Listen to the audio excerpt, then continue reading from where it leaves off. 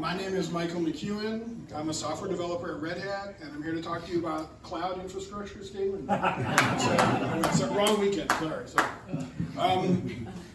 I met Norm through Aaron.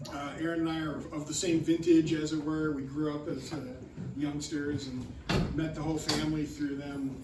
I'll tell a story from a different context here. And I think it fits in with a lot of the themes that were going on. When I was young, and we were all, hanging out at Judy's place, and we all used to love going over there. Norm was kind of like this mystery, right? Like, we all knew Judy, and we're like, oh, she's so sweet, she's awesome, like, opening up the house, letting us party here till all hours.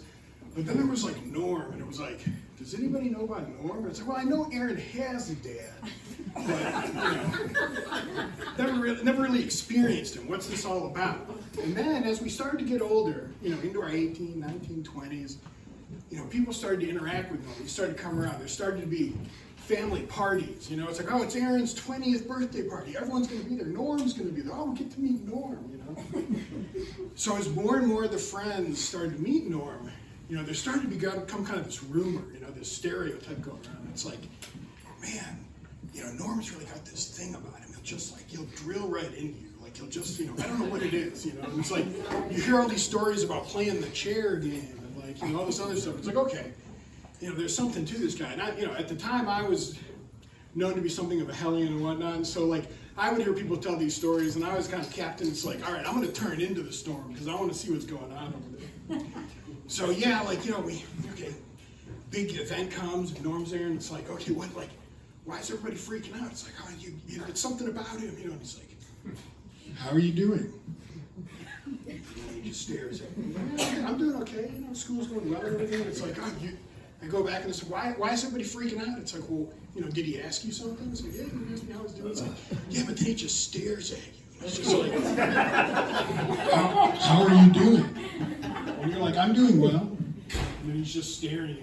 And here's this deep soul, reflecting back at you, the universe. And I guess it might have been too much for some people. And I was like, okay, well, I don't get what the big deal is. Why is this guy such a mystery or whatever? But I too felt the gaze. When I was a younger man, I was like, whoa, this is powerful stuff. This guy, there's something deep going. Still waters run deep, right? And I'm like, man, what is with this guy? I get what you guys are saying, but I'm not out yet. I'm going back in for more.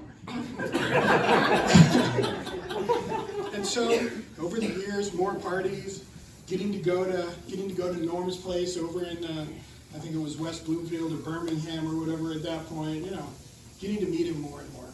And over the years, what I've really come to appreciate is that depth and that thoughtfulness and that attentiveness, and maybe some of it is the reflectiveness that comes out of showing the best qualities in all of us back to ourselves. But Norm, long ago, I saw you as another traveler on the path. I greet you well, and I wish you wisdom and compassion for the path to come. Oh, nice.